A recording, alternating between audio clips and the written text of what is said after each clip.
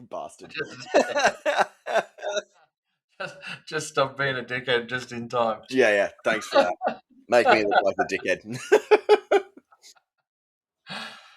Mate, happy AIBAs night. Yes. Yeah. I was meant to be going down, but then shit gets in the way, and I just went, oh, fuck, I can't get down. So I literally have someone is sitting next to an empty table with my name on it sitting right now. Oh, that's right. Yeah, you were going to go down there. Yeah, Josh, shit gets in the way. So whoever's sitting next to me down there, I'm up here. Enjoy your spare beef cheek. Enjoy your spare meal and all the extra beers that are coming your way. Yeah, hell yeah. Mate, what are you drinking? Well, so my non-cellared beer is as fresh. Yeah, my regular beer is as fresh as it could probably be. So it's the new, not so new, dark ale, brown ale from the TAFE Brewery. Nice. So new kit's commissioned, everything's running. Canning it off next week, which will be good. And it's tasted pretty fucking good for a commissioning brew. It's ended up being pretty good. So the commissioning brew at Hiker was wee little, and it keeps winning gold medals for the boys. So yeah, nothing wrong with commissioning beers. I think yeah. Lot to be said. Commissioning beers. Yeah, I know. Well, it was one of those ones that I had to do. I did it with the students. So I'm going, new brewery that I've never worked on, a whole bunch of students. This is going to end in disaster. Like it's just to get it running. But it's ended up on point. Like it's bang on spec. Everything's hit where it needed to. And I'm like, fuck yes. So we've got beer to drink now. That's what you want. I'm working with a Carbon 6 code cracker. Show sponsors Carbon 6. So plus I didn't bring any other beers home, and my fridge is pretty sparse at the moment. So that's just it's either this or peach Quincy. So start off with the code cracker. Yeah, that's it. Mate, first cab off the rank is your Cellared beers. For those who don't know, so you pull a beer out of your master fridge that's got all sorts of oldies and not always goodies in it. Not always goodies. Some are goodies. I'm actually working out whether this one is a goodie. It is from 2020. Yeah, okay. It is a barrel aged. It is a barreled beer, but it's only 5.5%. Yeah, it should still. So, what is it? What is it? What have we got? It is back in the day from Aether, the Oaks and Organisms sour brown ale. I think I've got one of them in the fridge too.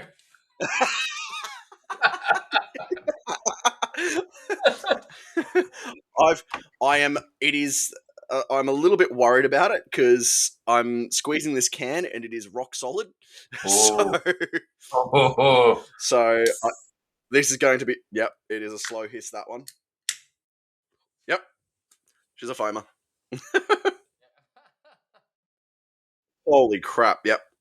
Well, so yeah, it just absolutely foamed up to yeah. All buggery. Smell. But it give us a review.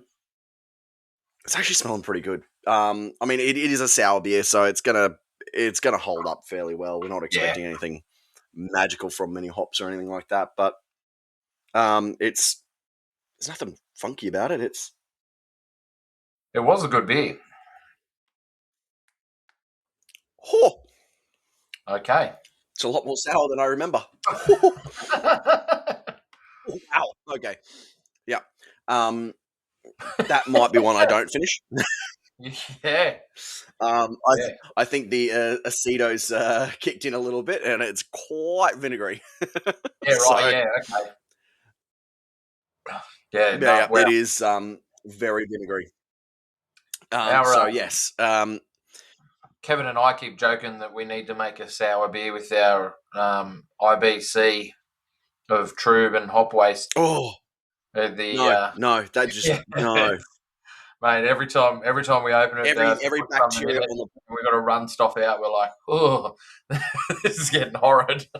That thing is rank, and it needs to just be burnt in the pits of hell. We don't want anything. We've half emptied it. Like we're working, we're cleaning it up. It's all right. Yeah. So yeah, it's all good. Mate, jumping into last week's pub court jury verdict, didn't go the way that I expected at all. So last week's case, no. If you want to be a part of the jury, you just need to go to facebook.com/groups/Aussie Beer Voyage, and you can be a part of the jury to vote on every week's pub court. And this last week's one was PC012. Should venues be forced to disclose line cleaning dates for beer taps? Is it consumer rights or unnecessary overkill? And only 39% went with consumer rights, and 61% said it was overkill. Yeah. Which I am surprised at. So am I, actually. Like, to a degree. Like, I don't think it needs to be the sort of thing you put on your website or have a big banner or anything around, but you just have a little poster somewhere going, last cleaned. Yeah.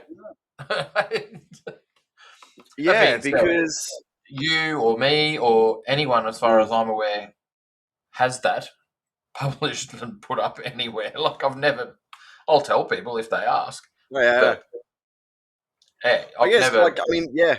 I've never done it, but I mean, wherever I've been, I've had a standard schedule for line cleaning. It's just, it gets done on this date every twice a month, bang, done. So, it is an interesting. I'd be curious to know why they said why it was overkill. I'd be very curious to know. Yeah. Looking at some of the people who voted that it's overkill as well, also was a bit funny to me. But anyway, each to their own. Anyone can vote. That's the whole point of this fun thing that we do. So, also, I need to do this. My bad. Nothing. No one can see me. So You've just talking away here. But anyway, all right. So no, I think it was good that it was a. We should ask people to comment about why, when they vote for the defence or prosecution, so that they can say their reason why. Because you had no reason, you had no argument, you had nothing. No, I could not come up with a reason as to why it would be overkill. You were literally speechless. I literally couldn't think of a reason why. All it takes is a few seconds to put something up or record it somewhere, so there's some recording, even if it's not public, and it's not public facing. But even if it's like I said, even if it's just a record, like your fridge logs, like every kitchen is required to keep. Interesting. But anyway, so once again, if you do want to be part of the jury, and you can vote on this week's case and all future verdicts, you just need to go to facebook.com/group/Aussie Beer Voyage, fill out the form or whatever it is to get in, and I'll approve you because, as I say, I'm always watching and I'm a legend, and it gets done pretty quick. What was that? What were you laughing for? No reason at all.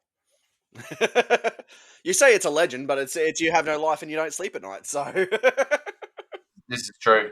Yeah. I was awake at 3:30. It's not that you're sitting there waiting for someone to join. Do you know what's sad? I woke up this morning at 3:30, and I was looking at some shit on the computer, and that's probably why I can't sleep, because I get up and turn on the computer. But anyway, normally it was rubbish day this morning, and normally they're coming around 4:15, and they weren't. And I'm like old man investigator going out the front, looking at my ring camera, going, have they been early, or are they still yet to come? You're that neighbour. Okay. That guy. Sometimes I put out all 3 coloured bins just to fuck up the street. So. Oh, you're a monster. You're a monster for doing that.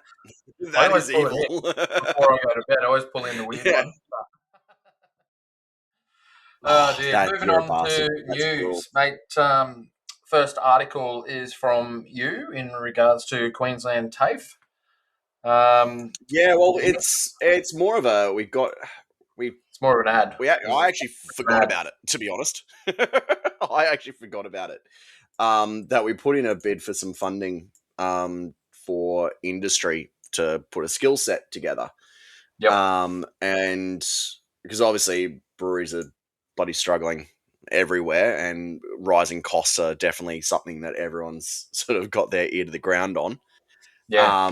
So we got asked, both self and Hendo, we got asked, what would be a good sort of skill set or something that industry needs? And we're like, well, what's going to save some money? And I mean, obviously, both you and I, we use AIB yeast and things like that. But over a year, that even with the prices Still of adds that up. Yeah. of that particular yeast, it still adds up.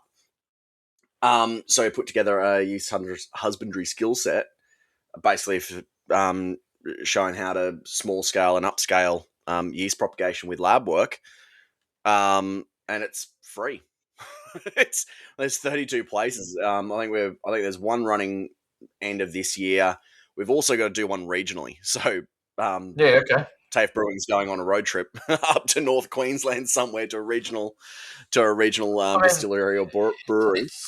Unless you're a big brewery and doing cone to cone or any sort of repitching of your yeast and looking after generations and stuff, the next way to save money is this way, by buying a brick, and growing it up to 3 bricks or 4 bricks or whatever you need. More. Yeah. What are the parameters? Like, I know what's involved, obviously, because I've done the course and we've done this segment, but as a base knowledge, what's the outlying costs that they're going to need to, and what's the recovery rate of those costs? I mean, it's so to start off with. Are you going to say that they need a microscope and a hemocytometer, or look? In reality, no. That would be great, but that would be ideal. Yeah, but I mean, ideally, yes. But even that, a halfway decent hemocytometer and microscope these days. My microscope was secondhand, and it was $150, and it does the job. The hemocytometers, I think it's roughly between $50 and $100, depending on how much you spend and how good it is. 80 something bucks. Yeah. So, like, even if you go down, and it is recommended you do that, the overall cost is going to be still less than $800 to set up with absolutely everything, and you're going to use it across the board anyway. And that's if you don't have some of these bits of equipment already, which you probably do if you're a brewery. So, and the other thing you need to be mindful of is timing. Like, you can't just go to the cold room and grab some bricks and get ready to put in. So if you're going to do a brew, you need to know, righto, we need to grow this up 3 days in advance. What you're doing. Right. Yeah. You put on what you need to do. So it's not. But yeah, I mean, the recovery rate we can estimate. Yeah, the recovery rate we estimated was on a small scale brewery. It could potentially be upwards of 15 to 20 grand. Where I think that it's exciting is to, like, go to somewhere like a home brew shop that gets in like this huge gamut, White Labs and like White Labs, weird yeasts, like single season things they just get, and that's and that is the other cost saving as well. Is with dried yeast, there's a little bit of a like you do save. There's no doubt about it. But when you're if you're using liquid yeast strains, and even if you're buying from Bluestone, it's an Australian company. They send it up. Derek sends it up rapidly. It's still expensive. But even he says, don't drop it. Like, repitch it, reuse it. Like, he's a big promoter of that. But if you're buying stuff from White Labs or Y yeast and you're buying pitchable quantities and you've got 10 or 20 hect tanks, you're looking at upwards of $1,000 a pitch, depending on which yeast strain you're picking. Or that's insane. Or a flip of the coin is that it turns up shit. No, you're stressing your yeast out by underpitching by trying to save some money. Yes. And ending up with subpar beer. Yeah. Do you, with this course, does it go into any I don't know the word for it because I've fucking forgotten. I think I've had too many beers today. But to put some put some yeast aside in like some glycerin and freeze it so you can bring it back whenever you want. Do you go down that route? And no, we look that's probably a different level for what this is intended for. It's something that we potentially would look at, and we've got the ability to do it, and it's not a complicated process. It's not difficult at all. But it just comes down to, at the end of the day, is that really the viable way for breweries to operate? I mean, if you're buying in pitchers and things like that, it might be a good way to have a small bit set aside in case whatever you're propping and continuously repitching dies off, or you go, no, I need to start again. The only reason that I asked that is because I used to do it with White Labs. Wild yeast, wasn't it? Hey? You used to do it with wild yeast and collect shit all over the place as well, didn't you? Yeah, I did. Yeah, I'd go and put out jars out in in paddocks and shit, and get chased away by farmers who had no idea what I'm doing as I'm running away with my jar. But, I know because that's what I used to do. But yeah, the White Labs have I think it's a white Peruvian cacao yeast, which is like super rare, and they lost it for years, and then they found it again, and it worked really, really well in a goza. It was just a great yeast for a goza. I was about to say, is this goza related? Anyone who knows my home brewing knows I love gozas. I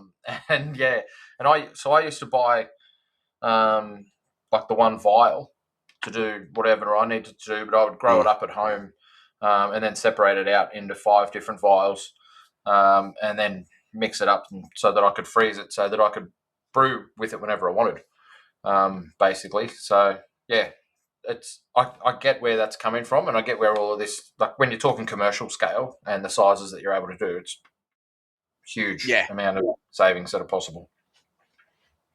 So that was we had actually totally forgotten about it, so it's coming back, which is good. Nice. Mate, as we are recording this evening, lucky we don't do this live because anyone from the industry who would normally be listening wouldn't be giving a shit because they're all probably watching or listening to the AIBAs live broadcast, which is happening right now down in Melbourne. I was very tempted to have a separate screen with it just in the sideline. I was too, but I'm like, shit bandwidth. No, I'll get distracted. I don't want it to strain off. I forgot that the AIBAs were happening because we didn't send any beers down for the AIBAs this year. You can only win New Brewery once, and we just haven't been brewing enough beer that is fresh to send down some fresh samples and So I want to do it properly. So we didn't send any down. So AIBAs just haven't been on my radar this year of like dates and times, and I've got so much other shit that's going on that I'm trying to get organised and do. And it was funny because I was like emailing and calling Fergs, and I was like trying to get on to Mitch from Bintani, like all these people, and I'm like, what's going on with all the reps? Why can't I? Why is no one answering me? I know why. they're all in Melbourne in a bar somewhere drinking beer and going to Bintani. Where was it? It was there was something around the corner. I think they usually all head up. I can't even remember what pub it is. Everyone usually ends up there and gets shit faced before they go in, and they feed us more beer. It's a good one. to everyone who has entered the AIBAs this evening, and I hope you get the results that you're after, which will be good. I'm looking forward to seeing the results and seeing who comes out on top and whatnot. So, and AIBAs usually do a really good job of releasing info and data on how many breweries, how many beers are entered, and all of that sort of stuff. So I'll be very curious to see what's happened with that and whether there's been an increase or decrease. Because I mean, remember with Royal Queensland, there was an increase this year of numbers, a significant increase. Do you guys from TAFE, do you send Froth Rookies beers in still?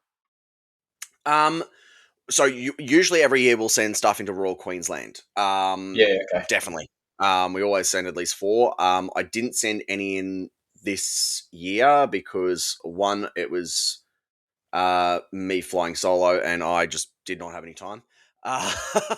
And didn't have time. Plus, I didn't have anything really that I wanted to send in.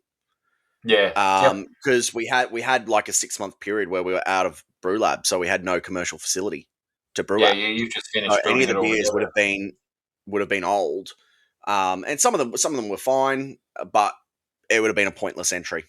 It would have been given feedback that we already knew what was wrong with them. So, but next year definitely, and potentially now that we're in our own facility, I'll have a bit more time around brewing and packaging and stuff like that. We'll probably enter in AIBAs next year. Yeah, nice. Oops, that's not good. My bad. I nearly clicked and opened the link to watch them live. I've got it sitting there waiting. Mate, now you paid the $1 to read the Courier Mail article in regards to the big pineapple set to open a new brewery. What's going on? Yeah. Because I'm a cheapskate and I refuse to. Yes, I know. Well, when you sent me this, I think it was the other day, you asked me, hey, do you still, can you open this link? And I was like, no, I'll let it lapse. Subscription, so... yeah, because you gave me shit for it. That's right. But I let it lapse, but I've got it again, so I can actually read it. Yeah, so the big pineapple is getting basically a government grant. It's a $5 million grant, part of the state government's $80 million tourism icons investment fund. So like they're getting a fair whack of that for the apple, but part of that is they've got to meet the same obligation. So if the government's putting up $5 million, they have to put in $5 million.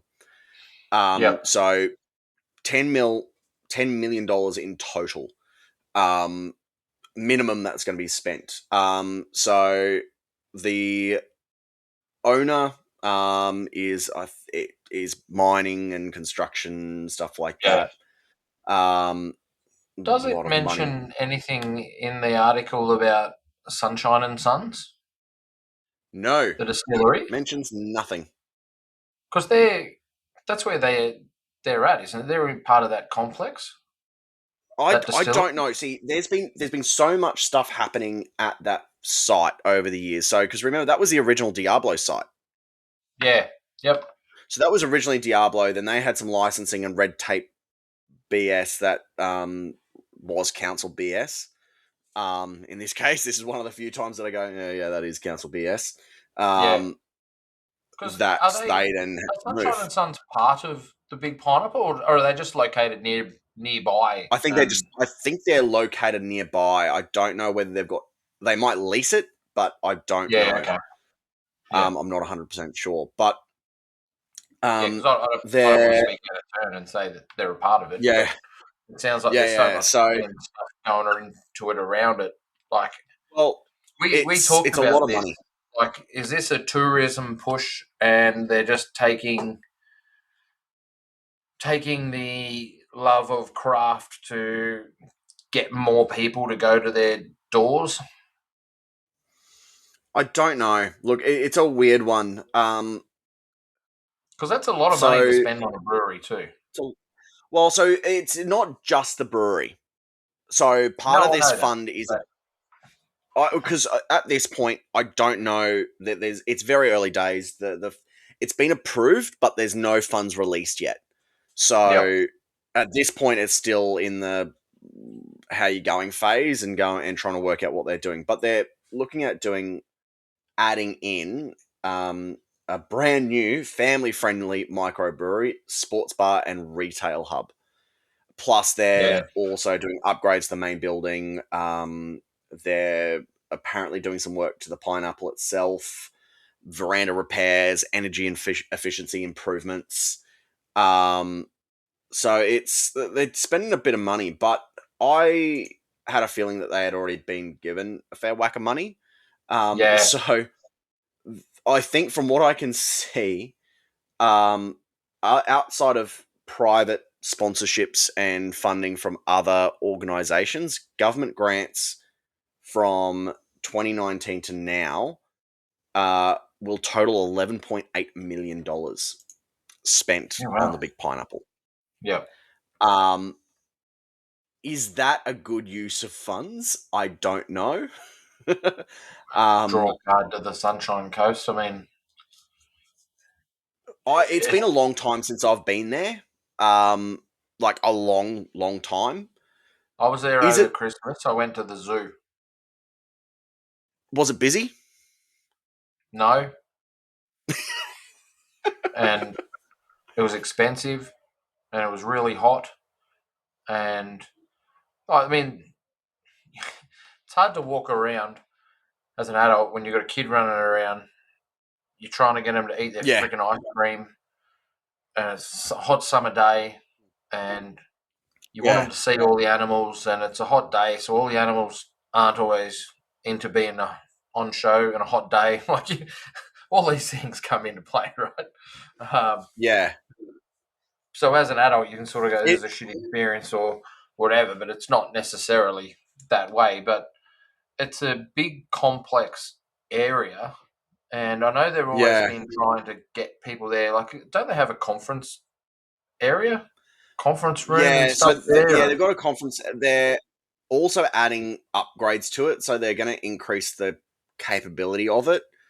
Yeah, Um, I, I look. I'm half torn on this one. Um, it's.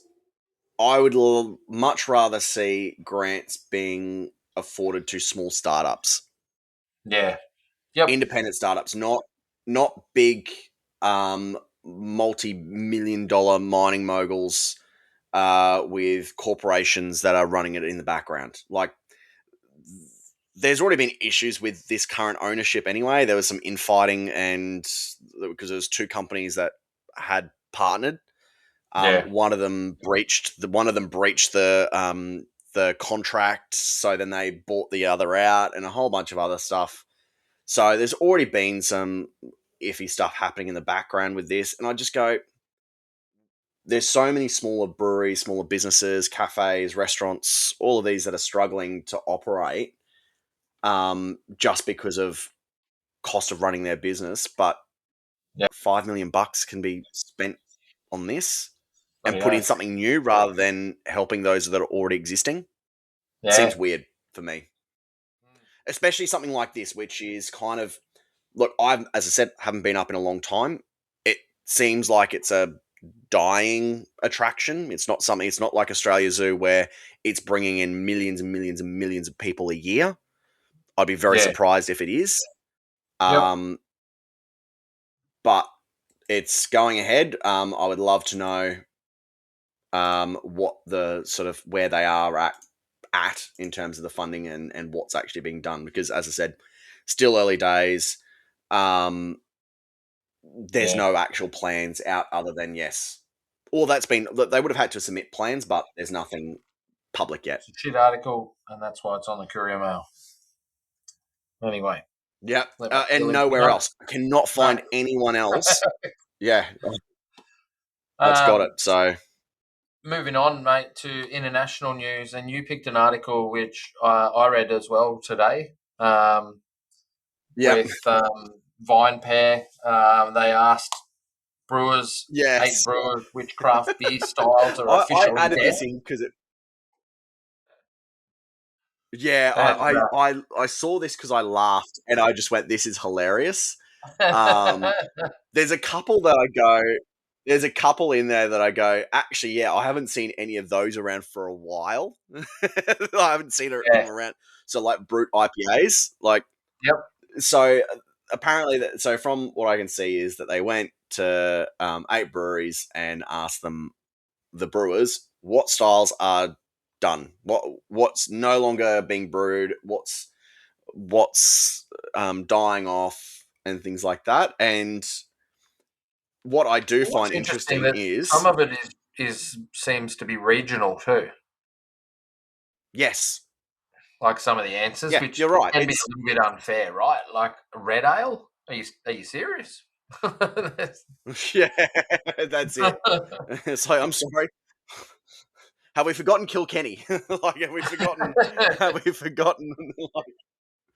um, but I do find it interesting that, and I think it's a realistic look at it, is half of them are IPAs, Yeah, which is not an unrealistic thing. I think like they've got, so the list that they've provided, or from the brewers, is a red ale, brute IPA, black IPA, yeah, right, slushy sours, East Coast IPA, milkshake IPA, and one brewer actually just said none, yeah. which um, I is think I probably think the the most honest answer there is. yeah To be honest, yeah out of them. I think the whole list is a bit silly overall. Like I think the none Yeah, is the most honest one, um, because yeah, every couple of years the styles are going to rotate back through as brewers try again and do different stuff. yeah. Um, for me, things like the I brute think if they had IPA, asked which hype, yeah, yeah. Like yep. for me, the brute IPA, like I like brute IPAs made well. Mm. But I think when it came out too, there were a lot of breweries that just tried to make them, didn't read how to make them properly, just thought they knew Yep. what they were doing and just sent it and ended up with a dry, crisp IPA, but it wasn't necessarily a brute IPA either. And if you Yeah. read if you read the blog post article, there was one a couple of years ago that I read about the guy who came up with the brewed IPA, and I'm only using this as an example out of this list, but Yeah. Yeah. like it's a pain in the ass to brew. Um, your mash is Yeah. twice as long time wise because you're adding enzymes in, and then you're giving the mash a cut, and then you're just letting it sit there and let the enzymes do some work, and then like it's a process. Um, and Yeah. and in an industry where we're constantly looking for efficiencies and time and speeding things up, like it's a labor of love to do a brute IPA properly, and a lot of people just don't. They'll just try and find a shortcut, um, and Yeah. and not get it there. And then in the article, like remember it again, like they talk about West Coast pills and cold IPAs, saying, "Oh, we've got those now. We don't really need the brute IPA." Yeah, kind of understand that as well. But I also think that there were some brute IPAs that were just made so fucking wrong that the general public never got to taste a proper one and just Yeah. don't understand what a good one is. Because there were heaps of breweries doing them at the time, and some were really, Yeah. really good, and some just were way off center. So Yes. mine included. But it, it's a style that I think will come back and can come back. And I think it's just Look, I a I sign of think the times yeah. that some of these styles might not be I think popular now, but yeah. they'll just come back. And That's it. I think the question of which craft beer style is officially dead is disingenuous. If they said which hype is gone, yeah, then cool, yeah. Because to say that it's dead, saying that it's not being brewed, no one's making it, it's gone. yep, Which is, I can guarantee there is going to be breweries all over the world, in each country, that will have at least one of those. oh yeah, Yeah, for Like, sure. there'll be breweries that have those. Like, we've got a brewery. Like, I mean, slushy sours. Hell, there's one brewery in Australia that makes its entire living off of those. But I can't So, think. I can't. There's nothing on that list that I can't think of a brewery in Australia with at least one of those beers that I know about. yeah, yeah. That's around. Currently, Yeah, it's current. exactly. Yep. Yeah, so it's an interesting article, but it's very strange. I'd be curious what pushed them to do this article. It's very strange. It's a very Marketing. strange article, and Mark, yeah. But I do have to say it was Eric Brown, so he's head of production for Talia in New York City. He's pretty much where we say I disagree with the premise in the first place. It's just Yeah. he's been honest.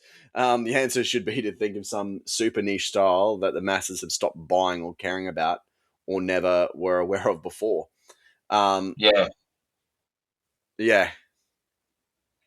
Yeah. Mate, next article is probably this is right down my niche bent of um, finding weird articles about beer ingredients, and beer waste may become a sunscreen ingredient. So this Yeah. is from See. the Yeah. fizz.org website, where I find all sorts of weird shit on there that I enjoy.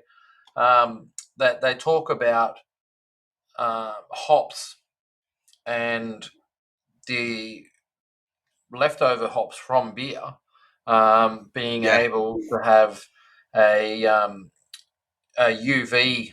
I don't know how to put it. I should probably just read the article to use their words, but basically that the waste from beer, the hops from beer, are able to protect and inhibit the UV from accessing the skin, Yeah. basically using like polyphenols and whatnot. What I what I find interesting, right, is Mm. they talk in here about polyphenols have attracted special attention to their strong antioxidant properties. Yep. Okay, which give them the potential to protect the skin from the harmful effects of ultraviolet rays. Yeah. Yep. Beer can be light struck if UV gets to it, and Yep. we've got hops in the beer. Yep. So beer also is like polyphenols have special attention because of their strong antioxidant properties. Um, you can oxidize a beer super easily as well Yep. with a shitload of hops. It's Yeah. it Yeah. it But seems it comes really. down to proportion. It's proportion. Oh yeah, I know, but it's They're just not going to such be a pouring beer. They're not pouring beer into sunscreen. They're extracting the polyphenol count. So it's going to be at such a high 100%. rate. Just want to lather myself in beer and go to the beach. That is something I would never do. I hate the beach. I actually Um, don't. I like the beach, but I just hate sunscreen. So I mean, what they it does make sense. yeah I mean, if you look at and this is a weird sideways segue, is um, olive oil companies, especially the small niche little, I dare to say, craft oil producers, um, they sell their olive oils based on polyphenol count because yep of how it's as an antioxidant. So, but due to beer, it's such a low quantity in beer, comparably, that it doesn't have the same effect. But if it's a waste product and you can yeah. extract a shitload of that's in the hops itself, Well, not only hell, that, the why thing is not? too that they did a study side by side of hops that had gone through the Yes. brewing process and hops that hadn't, Yep. and found that the hops that had um, provided more protection than the hops that didn't. Um, so not only, as you said, is it a waste product that we're able to find something with to do, it's Yeah. beneficial for it to have gone through that process Yeah. in the first place. So they're not going to just be taking the hops beforehand and then Yeah. uh, Yeah.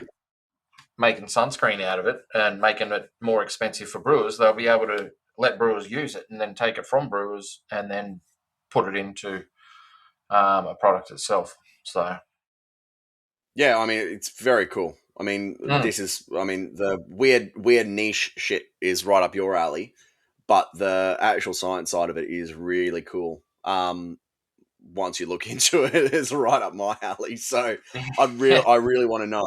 I really want to know what it is that changes, because it's a very basic study, or a very Yeah, basic thing. But yeah. they've actually got the article, is published in Photochem, so I've got a subscription to them. So I'm actually gonna Oh, have a yeah, look at that later, because I'm interested to know what change occurs that actually makes it more protective against UVB and UVA, yeah. at any given concentration. Like, that's really cool. So that'll And be and interesting to see. contrary to what everyone says, Sabro was not mentioned in this article at all. Nope. Nope. So yeah, really interesting. I mean, some of the weird shit that's coming out in science these days in relation to beer and beer waste products, um, is quite remarkable. Yeah, Like, I mean, it wasn't that long ago we were talking about the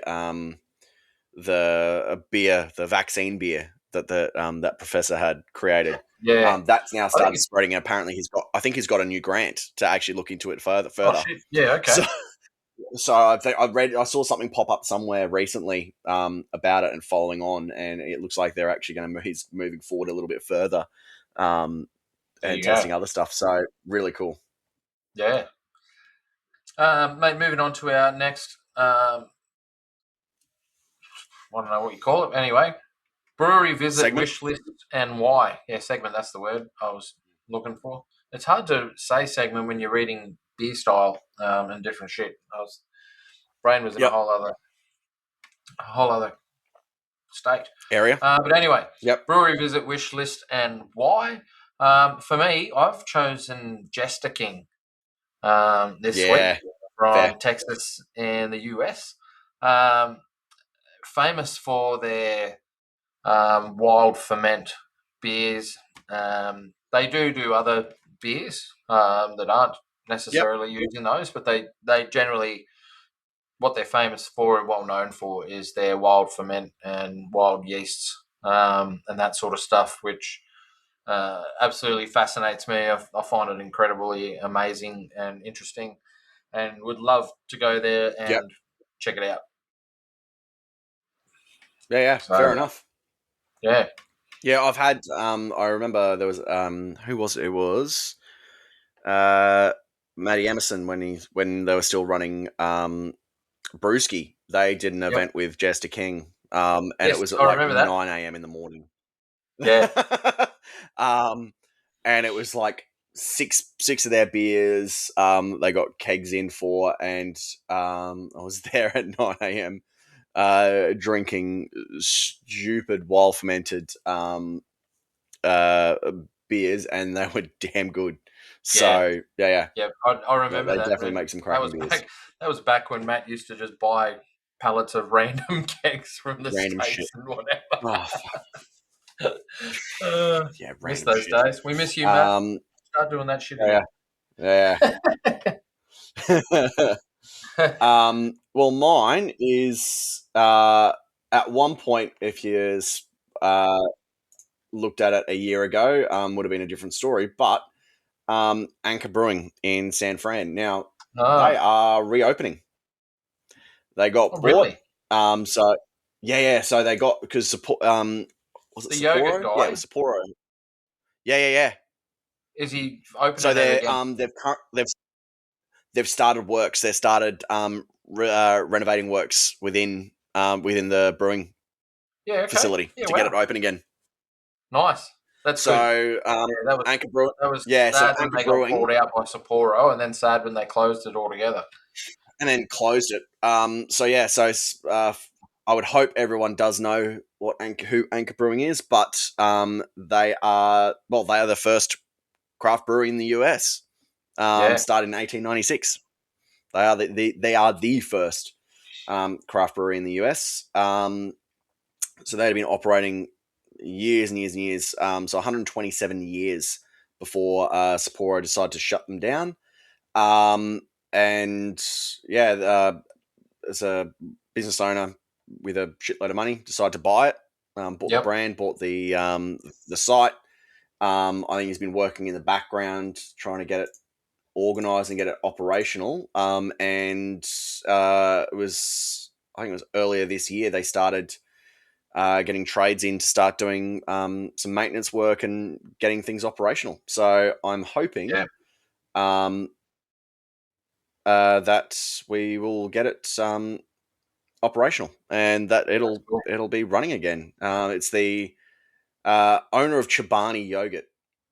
That's right. Yep. I couldn't remember the. That's right. Yeah.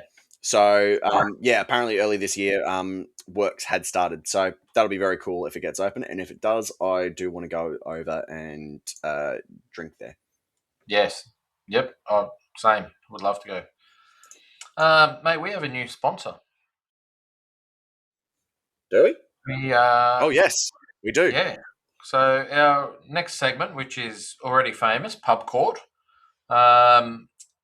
We were contacted by Craig, who did something for us. So Pub Court, each week, not the jury verdict, but the Pub Court where you and I debate things back and forth, is now sponsored by Thirsty Merchants. And in honour of that sponsorship, they've created for us these little. I know they look so cool, mate. They got the proper weight to them as well. Like these are heavy. Oh, really?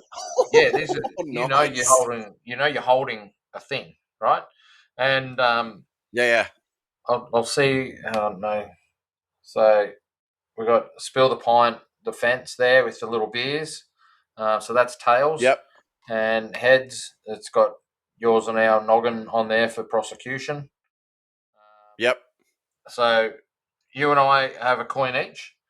And in the future, what we're aiming to do is to be able to give people eventually access to be able to get these coins themselves, so that they can keep one in their pocket. And if they ever are in a pub or a brewery and need to settle a debate on the spot, or want to have some sort of argument and put people on the defense or prosecution, that they can flip their coin and call it then and there and go for it. So I think that's pretty cool.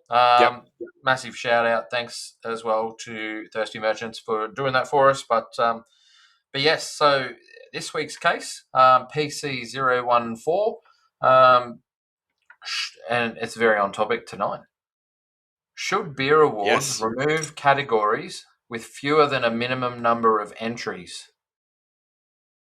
It keeps medals meaningful, or is it unfair to the niche styles? What do you reckon? Interesting. Yeah. I mean, I think I'd struggle to prosecute that one, because you and I both know how beer comps work. Oh, yeah. So both you and I know how beer comps work.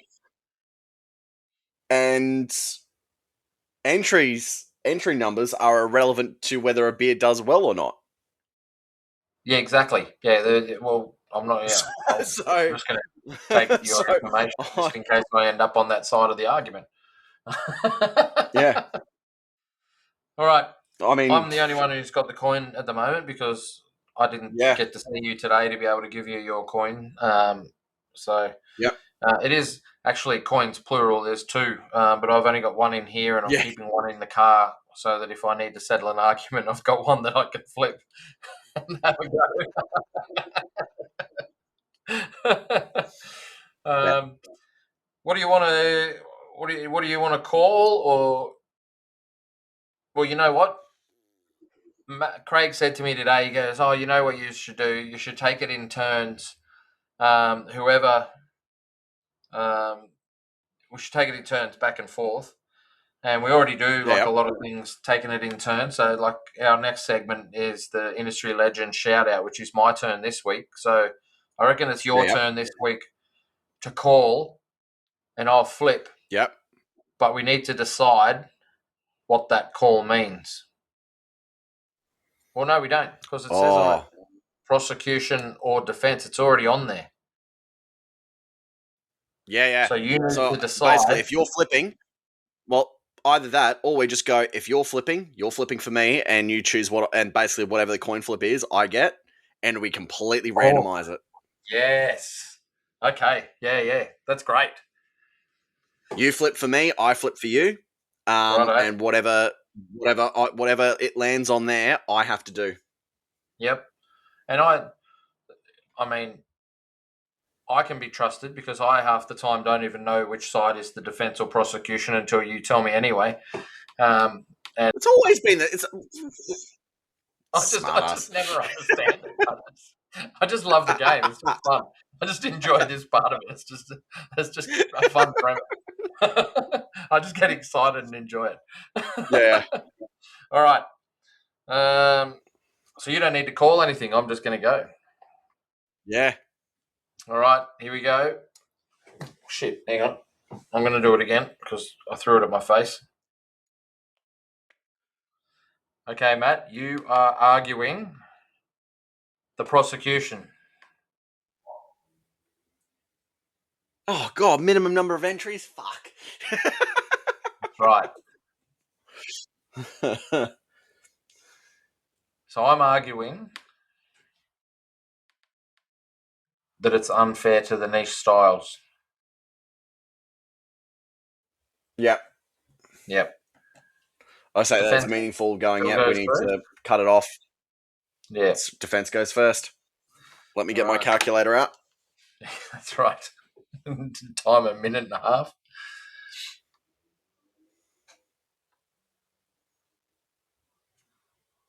All right. Tell me when, or do I just go? Go when you're ready.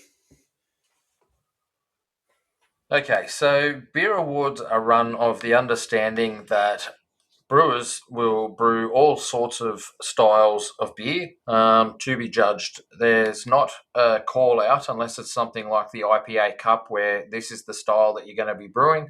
There's all sorts of styles that are open and able to be brewed because you can brew wonderful styles at any time of the year whenever you want using all sorts of products from all over the world. Unlike wineries and that where you're related and only relegated to doing like one sort of vintage and that sort of stuff, beer styles can be made on a whim and can be produced and out the door within anywhere between 2 to 6 weeks at a time. There's a number of styles that are available out there, and I think that if you started to require the number of entries to be a certain amount before the beers got judged, you would actually lose quality of judging, you would lose skills of judges themselves because they wouldn't have access to these styles ever unless they have judged them to be able to go back to their own breweries and brew them again themselves to also further increase the scope of those beer styles being able to get out into the public. Let's not forget that Goza was a style that nearly got lost out until the American brewery craft brewers brought it back, and now it's a famous beer style all over the world and is well judged. That is because there are niche beer styles that are important to people. Nah, you're done. Oh, okay. All right. You went over. Well, I'm not editing it All out. Right. Yeah, I know. Okay. Are you ready? Have you ever thought? Do you want to take a minute to compose yourself and I can just talk to the people here and let them know what's going on and my rambling getting in the way of you thinking and putting thoughts together because I don't want that to happen. If that's what's going to happen, just let me know and I'll stop talking and rambling when you can be able to sit there and join a thought or two together instead of thinking that my argument. Where's the mute button?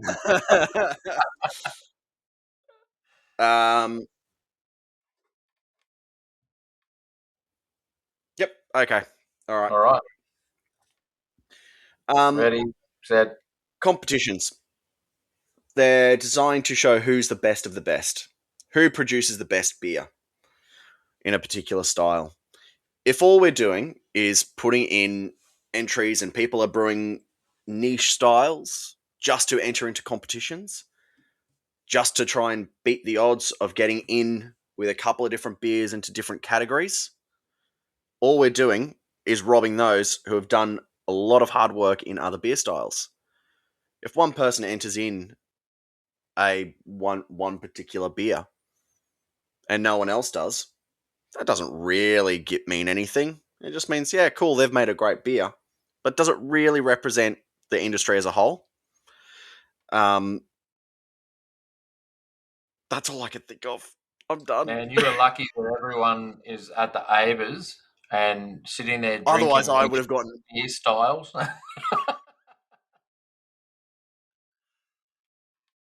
It's a hard one to argue. It's I look hard. at it like things like it's not necessarily the AIBAs per se, but things like the Korean Beer Awards, World Beer Cup, which are run the same, right? Like you can enter anything you want, and you may get someone that just gets just because you're the only beer in the entry doesn't mean that you're going to even get a medal. You might not even. No. But I think when you've got for competitions like Royal Queensland, AIBAs, and things like that, where you've got these amalgamated awards, it's irrelevant. It's an irrelevant point because, yes, you might have one person entering in a Liechtensteiner, looking at you, Lee. But it's not like there's a Liechtensteiner. It's not like there's a Liechtensteiner award. It's going to be entered in with your mixed culture. So you're still going to be up against a whole bunch of other beers at the end. But if you're looking at World Beer Cup, where every single beer style can get a gold, silver, or bronze, and have you seen that? Have you seen the list? It's 30 pages, 30 or 40 pages worth of beer lists. It's huge. I think that's where it becomes problematic to have that sort of idea that doesn't matter how many entries there are, it can run through. I think that's the only time it can become problematic. No, there was something that you said in your argument, which I was like, isn't really the thing. Like, you said, people brewing styles just to win an award. And I'm not really sure that a lot of breweries are doing that. Like, that's an expensive exercise to win an award for like an obscure name. Yeah, but it might be the style that you've always wanted to brew, and and at the end of the day, right, you want to know if you all you might have know about this style is what you've read on the internet. You might never ever even tasted one, and so you brew one time just to see what it is, and you don't know whether or not you've brewed it good, bad, or otherwise. No.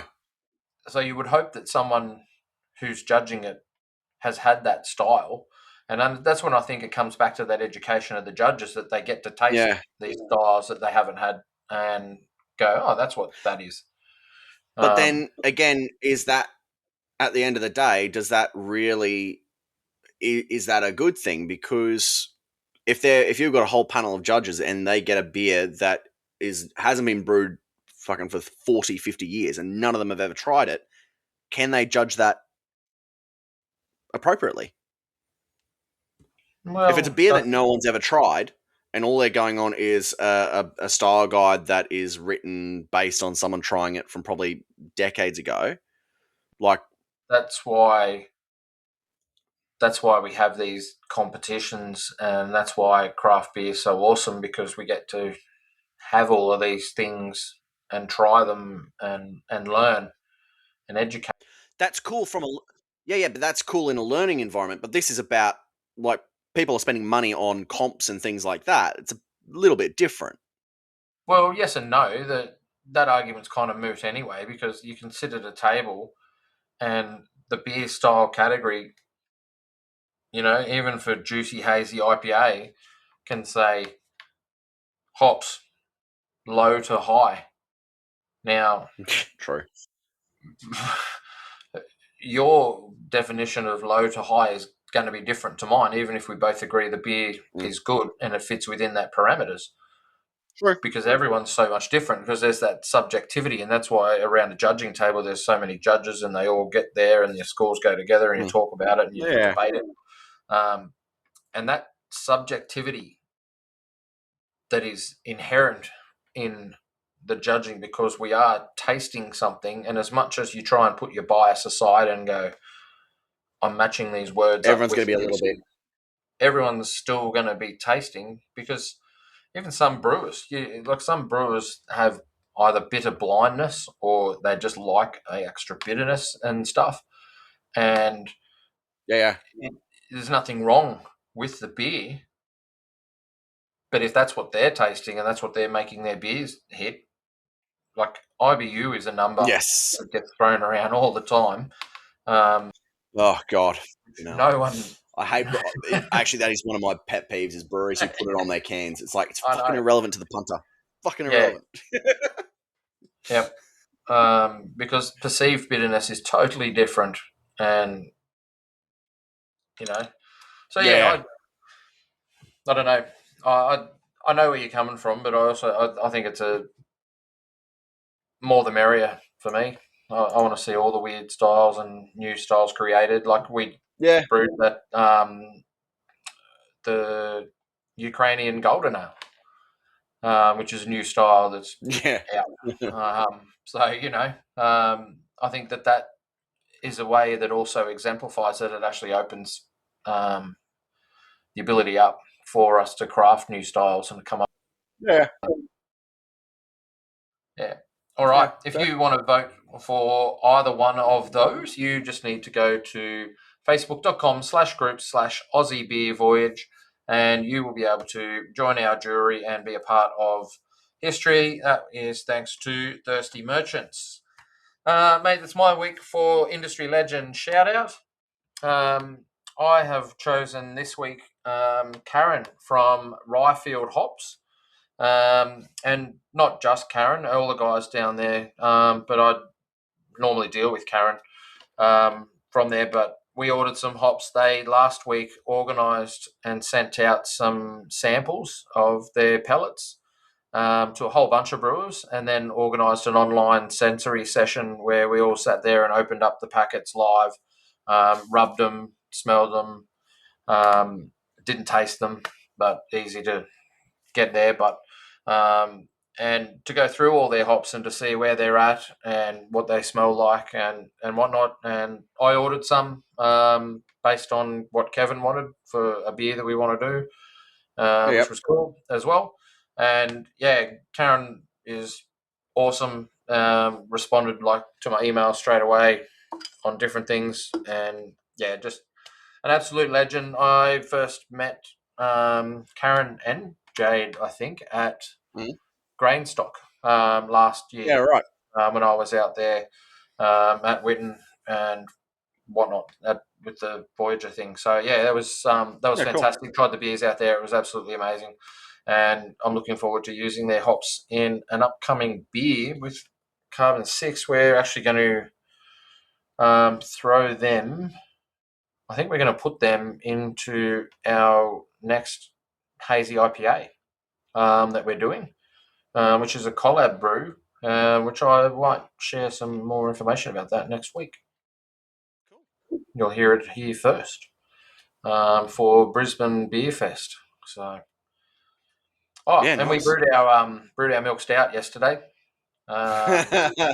Legendary won out as the name for the beer over Stoutrageous, which was very close to nearly beating Legendary. It was super close. I think it was 3 or 4 votes in it at the end. And not Velvet Stouty Thunder. McStout face. Sorry? Not Stouty McStout face. No, that never got through, and I hate all those names. They're such dumb names. That was never going to be. That's never going to be on a can that I'm involved in. Even if it did win, you wouldn't have put it in. No, but Legendary is good. Emery did a couple of different designs just in case he didn't know which name obviously was going to get up.